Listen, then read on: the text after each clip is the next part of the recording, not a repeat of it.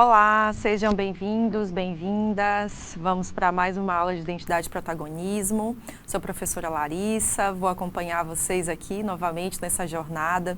A gente vai falar nessa aula um pouquinho sobre mercado de trabalho, mundo do trabalho e principalmente sobre como que a juventude vai se posicionando dentro do mundo do trabalho na atualidade, quais são os principais impactos, dificuldades e também oportunidades, tá certo? Vocês que estão aí na terceira série, concluindo, né, uma etapa formativa importante, é legal que a gente possa juntos pensar alternativas, pensar o nosso contexto, para que a gente vá ali entendendo por onde a gente pode se encaminhar, tá certo? Então vamos lá falar um pouco sobre juventude e mundo do trabalho, desafios, oportunidades e perspectivas para o futuro. A gente está vendo aqui na tela uma foto, né, com vários jovens ali dessa faixa etária mais ou menos de 18, 22 anos, todos com carteira na mão de trabalho, né? Seria maravilhoso se todo mundo ali concluísse seus estudos e pudesse ter boas oportunidades de trabalho, né? A gente sabe, porém, que dependendo das dinâmicas sociais da época que a gente está vivendo, essas oportunidades têm se tornado mais escassas ou mais precárias, né? E isso, claro, pode trazer um pouquinho de desesperança para a gente aí quando a gente vai pensar no mundo do trabalho. Mas antes da gente se desesperançar, vamos conversar um pouquinho para que a gente possa ir alinhando também expectativas, né? Então vamos retomar primeiro um conceito importante, que é o conceito de mundo do trabalho. Nas aulas anteriores, a gente trouxe esse conceito para discussão. É importante que, se você não assistiu, volta um pouquinho para entender um pouco mais, porque a gente vai ver que mundo do trabalho é diferente de mercado de trabalho, né? Isso é importante vocês lembrarem, né? É diferente de mercado de trabalho. Por que isso? Porque vamos ver só aqui o conceito de mundo do trabalho.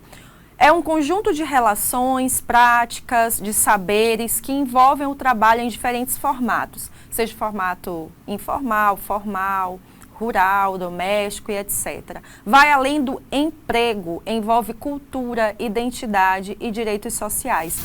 Desse conceito é muito importante vocês lembrarem disso aqui, tá? Que o conceito de mundo do trabalho, ele vai além do emprego. E o mercado de trabalho, ele está muito voltado para a questão da empregabilidade, né? Está muito voltado para a questão das relações de procura e oferta de emprego, de qualidades voltadas, né, para a ascensão a um determinado cargo, né? Então, o mercado de trabalho é um conceito mais específico, né? E o mundo do trabalho é um conceito mais amplo dentro das ciências humanas para a gente entender toda essa dinâmica que inclui o mercado de trabalho, mas não se reduz a ele, certo? Então, o mundo do trabalho vai pensar aí cultura, identidade, direitos sociais, precarização do trabalho e uma série de outras coisas. Deu para entender aí, galera? Espero que sim, né? Então, qual é o panorama atual? O Brasil, gente, nunca teve tantos jovens, né? A gente está vendo aí por estatísticas do IBGE, que é o Instituto Brasileiro de Geografia e Estatística, que entre os anos de 2003 e 2020, o nosso país vem registrando a maior população com idade entre 15 e 29 anos. Lembrando que 15 e 29 anos é justamente essa fase da vida que a gente entende como juventude, tá? Então, de acordo com o IBGE, há 2 anos, era cerca o quê? De 50 milhões de indivíduos nessa faixa etária. E aí, esses dados aqui, gente, quando a gente traz aqui há 2 anos, tá? Isso aqui se refere ao ano de 2022, tá? É importante que vocês tenham essa compreensão para a gente se situar no tempo, certinho? Então, vamos continuando. Então, se a gente tem uma população de jovens muito grande, a gente precisa pensar um mundo que caibam esses jovens e que um mercado de trabalho, um mundo do trabalho que abarque essa juventude de uma maneira digna, né? E aí a gente vai pensar aqui, ó, na população brasileira por grupos etários, para a gente entender, né? Então, a gente tem aqui que 10% da população está entre 65 anos ou mais, e aqui 46%, que é a grande maioria, está aqui na faixa etária né, dos 30 a 64 anos. E aqui 24,7% entre os 14 e 29 anos. Então é bastante gente jovem ocupando, né, a nossa população. E aí, galera, dentro desse panorama, a gente tem visto o crescimento durante o tempo, aí lembrando que esse recorte é até 2022, o ano em que, só para a gente se situar, o ano que eu estou gravando essa aula aqui é 2025, né? A gente está no mês de maio, final do mês de maio de 2025, aqui nessa aula, só para vocês terem ideia do tempo, né? Do recorte de tempo. Então, esses dados aqui de 2022 mostram que os jovens têm cada vez mais apresentado dificuldades de inserção no mundo do trabalho. E aí, o que se tem utilizado? Essa expressão, jovens sem 100. Possivelmente, vocês já ouviram a história do jovem nem estuda, nem trabalha. Mas a gente entende que essa expressão, ela acaba sendo uma expressão que coloca a culpa, né, a culpabilização dessa falta de oportunidades na juventude, né, como se fosse da disposição ou da vontade do jovem nem estudar, nem trabalhar. Então, essa generalização de que todo jovem não quer nem estudar, nem trabalhar, primeiro, é algo preconceituoso, é algo pejorativo e que diminui as chances da gente olhar para essa juventude com esperança, né? E como pessoas que têm potencial criativo, né? Potencial para o trabalho, potencial para uma formação humana. Então, jovem sem 100, é diferente. Na verdade, não é nem que seja diferente, né? É que a gente não usa mais jovens nem, tá? Então, a gente não vai mais usar esse termo porque é um termo pejorativo, né? Então, os jovens sem 100 são os jovens que estão ali entre 15 a 29 anos e que estão em situação de vulnerabilidade social. O que é vulnerabilidade social? Vulnerabilidade social é uma dificuldade de acesso a bens e direitos básicos necessários para uma vida digna. Então, pessoas em vulnerabilidade social têm dificuldade de renda, têm uma precarização no acesso ao estudo, precarização nas suas moradias, precarização na sua alimentação. Então, a vulnerabilidade social tem a ver com essa precarização no acesso a direitos, né, serviços e bens. Então, essa juventude em vulnerabilidade social, sem oportunidade de formação, sem oportunidade de emprego, representam 27% da juventude no Brasil. Então, olha só a quantidade de jovens que estão nessa situação do sem 100.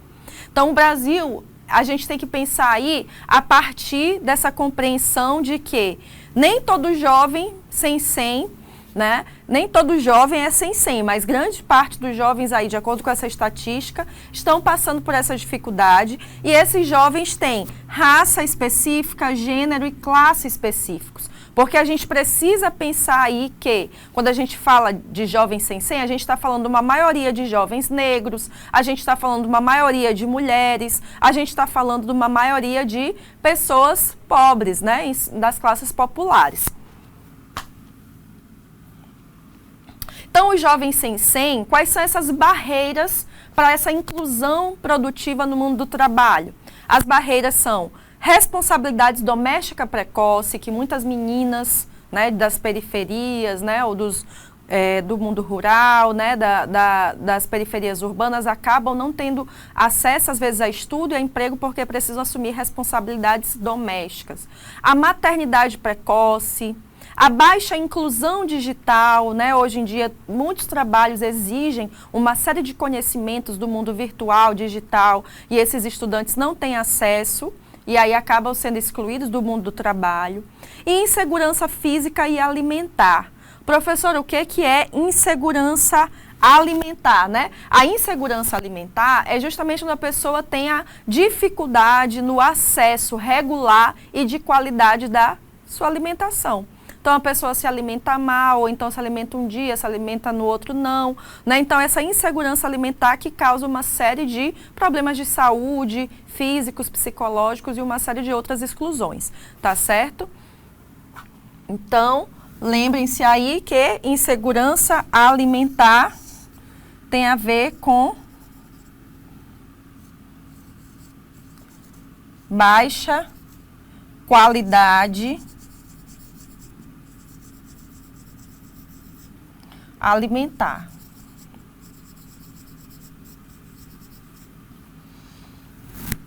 Beleza? Então, vamos continuando. A juventude, né? Nessa relação do estudo e do trabalho, a gente tem aqui essa compreensão de que 39% dos jovens estão trabalhando, mas alguns desses, né, jovens estudando e trabalhando são 14%, jovens apenas estudando são 15%, os jovens sem 100 são 27%.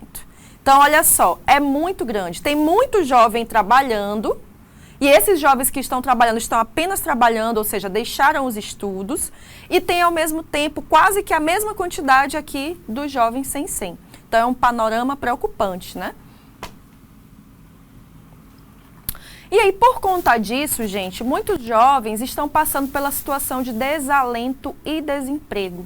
E aí, quando a gente fala de desalento, a gente está falando dessa situação aqui, olha só, de jovens que gostariam de trabalhar, mas não procuram emprego por não acreditar que conseguirão, tá? Então, o desalento é quando a pessoa deixa de acreditar, tá? Então, lembrem-se disso. Deixou de acreditar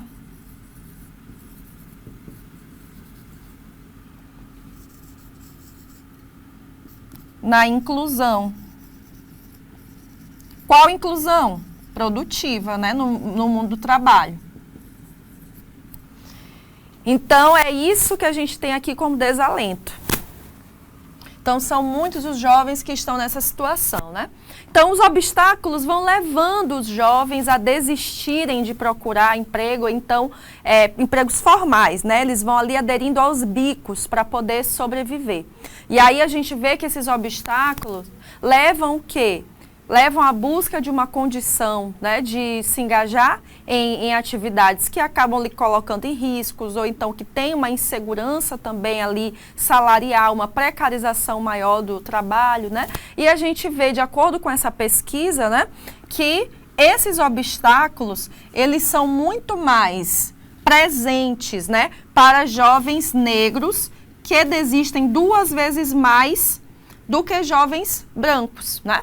E aí essa compreensão tem a ver justamente com esse nível de exclusão de que a maioria desses jovens negros que estão nas periferias, né, acabam não tendo acesso à educação de qualidade, acabam sendo excluídos desse mercado produtivo, desse mundo produtivo, por conta, né, das questões raciais, da discriminação, e isso também leva a grande parte desses jovens desalentados serem, na verdade, também jovens negros, né, em grande parte do país.